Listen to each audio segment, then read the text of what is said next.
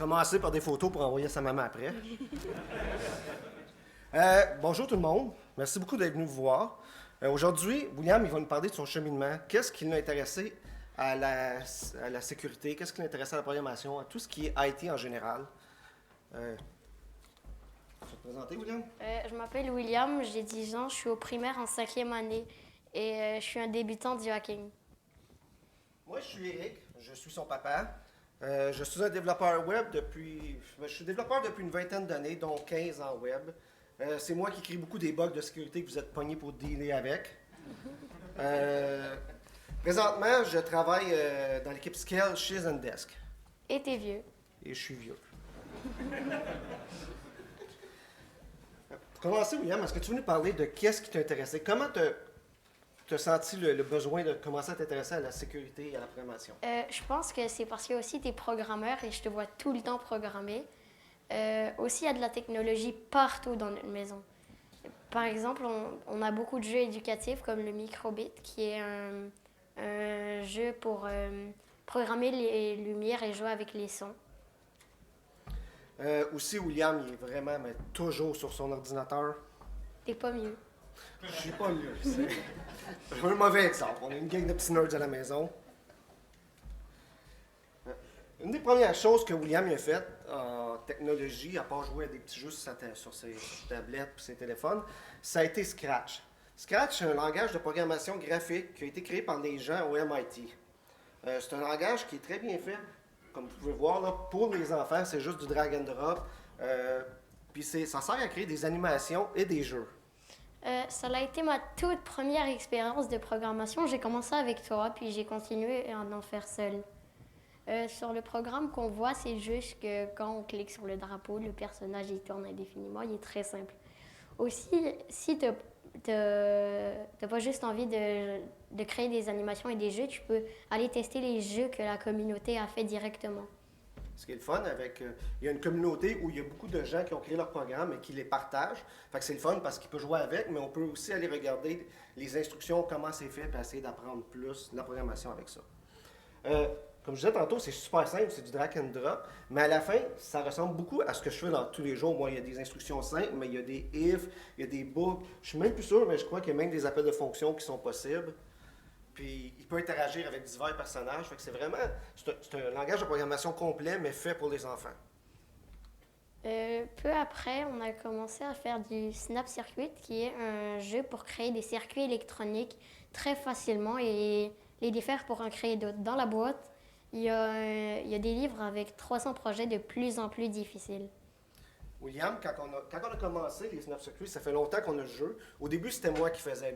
William et son grand frère, il a un frère de 13 ans, il venait me voir et il disait « OK, papa, on veut que tu fasses ce projet-là. » Moi, j'allais, je faisais le projet, les gars le prenaient, ils jouaient avec, ils le démontaient, puis il fallait que je recommence avec un autre projet. Mais avec le temps, il a voulu commencer à en faire lui-même. Il a pris au début le livre, il prenait le livre, il répétait les instructions, il essayait de comprendre un peu ce qui se passait. C'est tout en anglais, c'est difficile, mais il essayait quand même. Puis, rapidement, il s'est mis à essayer de déplacer des morceaux, voir ce que ça faisait. Il a même fabriqué lui-même des circuits à partir de rien. Il a juste mis les morceaux ensemble, puis voir si ça marchait ou pas. Une fois, j'avais créé un circuit qui était pour faire le plus de bruit possible, mais très aigu, juste pour vous déranger. Finalement, il voulait être le plus fatigant possible. Et les Snap Circuits, j'en ai même fait une présentation à l'école pour montrer qu'est-ce que c'était et comment ça marchait. T'as un shooter de rhum qui t'attend après.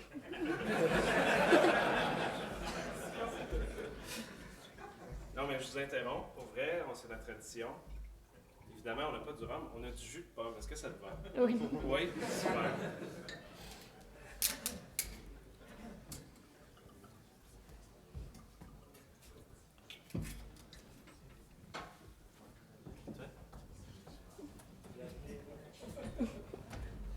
Merci beaucoup d'être ici, tout le monde. Merci d'être là pour la présentation. Cheers!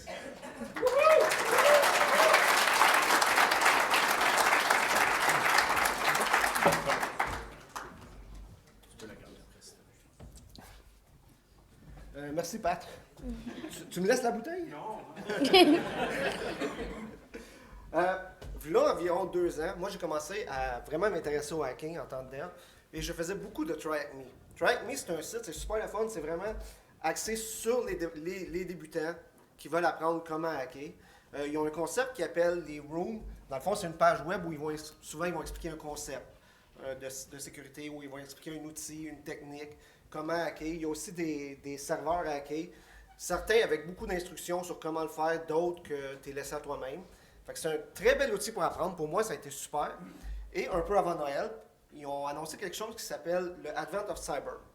Le Advent of Cyber, c'est un genre de calendrier de l'Avent, un peu comme les calendriers qu'on achète à Noël avec des petites portes puis du chocolat derrière. Sauf qu'au lieu d'être du chocolat, c'était des défis de hacking. On l'a fait 2 fois ensemble et on va le refaire cette année en espérant qu'il en sorte un autre. En plus, c'est amusant parce qu'il y a une histoire de lutins qui veulent sauver Noël contre les hackers qui, eux, essayent de le détruire. C'est vrai, comme William dit, c'est amusant parce qu'il y a une histoire, c'est plus facile pour un enfant de suivre. Par contre, je disais tantôt, il y a beaucoup d'explications. Puis quand je dis beaucoup, c'est beaucoup. Souvent, il y a un mur de texte en anglais. Ils vont expliquer c'est quoi le protocole HTTP, c'est quoi les différents niveaux SI. Pour un enfant qui avait 8 ans à l'époque, c'est long, c'est en anglais. Il comprend l'anglais, mais c'est pas ça.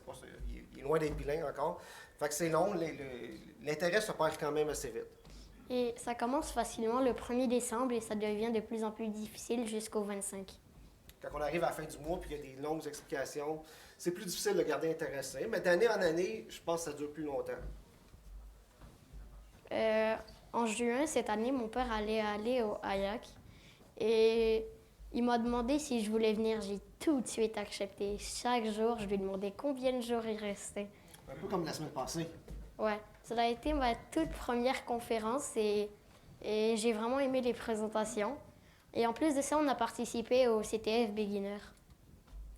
Et j'ai fini premier, loin devant.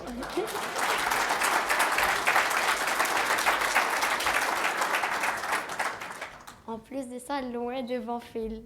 C'est d'ici, Phil, là, mais penses-tu qu'on va te battre encore à soir? Non. Non, tu penses pas. Et ça m'a vraiment donné le goût d'en faire d'autres. Quand on était au HIAC en juin, William il a joint le Discord du Hackfest. Ceux qui ne sont pas sur le Discord, c'est une super belle communauté, très active. William, c'est pas celui qui participe le plus, mais il lit tout ce qui se passe. Puis quand les gens ont commencé à parler du Hackfest, comme quoi ça s'en venait, que les dates étaient repoussées tout le temps, il m'a tout de suite demandé s'il voulait venir. Aussi, il y a quelques semaines, on a fait un CTF qui s'appelle le United CTF. Le United CTF, c'est une compétition qui est organisée par plusieurs universités du Québec qui se mettent ensemble pour faire des défis. Les défis c'est des défis de débutants intermédiaires. Je pense que leur public cible, c'est vraiment leurs étudiants à la base, mais tout le monde peut participer.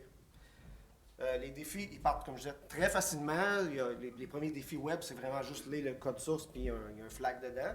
Mais ça devient relativement plus difficile quand on avance. Et en plus, ça dure une semaine, donc j'ai pas besoin de me coucher à minuit puis de me lever à 6 heures pour aller à l'école. Donc je peux le faire après l'école ou pendant la fin de semaine. Une des choses qui est super le fun avec les United CTF, c'est qu'il y a beaucoup de défis qui sont en français. Que ce soit la description du défi qui est en français, mais aussi les sites web qu'on a hackés, des applications qui sont en français. Ils ne le sont pas toutes, mais il y en a beaucoup. Puis après le CTF, je parlais sur le Discord du United avec un organisateur, une organisatrice, je sais pas, mais il me dit que comme j'ai dit que c'était le fun pour quelqu'un comme William, il me dit qu'il essaierait d'en avoir encore plus en français l'année prochaine, parce que c'est le fun pour attirer des nouvelles personnes. Maintenant, William, j'aimerais ça qu'on parle de comment ces apprentissages-là influencent ta vie de tous les jours. Qu'est-ce que ça change?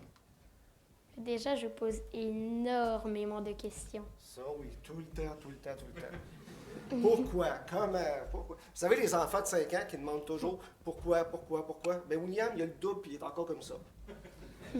Ce que je disais, un peu fatigant des fois, mais c'est super le fun parce que William, il aime comprendre ce qui se passe autour de lui puis il aime apprendre des nouvelles choses. Par exemple, je pense qu'il y a 1 an, tu voulais acheter un jeu de lockpicking pour nous deux. Et au lieu d'attendre que tu en achètes un, j'en ai tout de suite acheté un avec mon argent parce que je voulais l'utiliser quand je veux et pas attendre que tu me laisses. Il demande aussi, quand il demande des cadeaux pour sa fête ou pour Noël, c'est souvent des choses instructives, des choses qui vont lui permettre d'apprendre. Pas toujours, mais il aime apprendre. Par exemple, ton robot. Ah oui, mon robot de snap circuit le snap circuit vous avez parlé tantôt, à Noël, l'année passée, j'avais aussi reçu même un robot qui, lui, on pouvait le faire avancer avec des circuits parce qu'il y avait une télécommande. Et en plus, tous les circuits étaient différents, donc c'était toujours nouveau. Il demande aussi des choses comme il y a un microscope à la maison qu'il y a eu à Noël, je crois, l'année passée. Il aime beaucoup regarder les choses, comment c'est fait. Puis si ça rentre pas dans le microscope, ben, il va chercher le marteau, il brise, il essaye. Aussi, il est ici aujourd'hui. Arrête de reculer, tu vas tomber. Il y a une marche. Excusez. Oui, il est ici aujourd'hui et c'est lui qui a voulu venir. Contrairement au titre, c'est lui qui m'a demandé de venir, qui m'a achalé, c'est pas moi. Il veut apprendre, il est curieux, puis il veut aussi partager ses connaissances. Non, je m'ai forcée pour tout, même pour la présentation.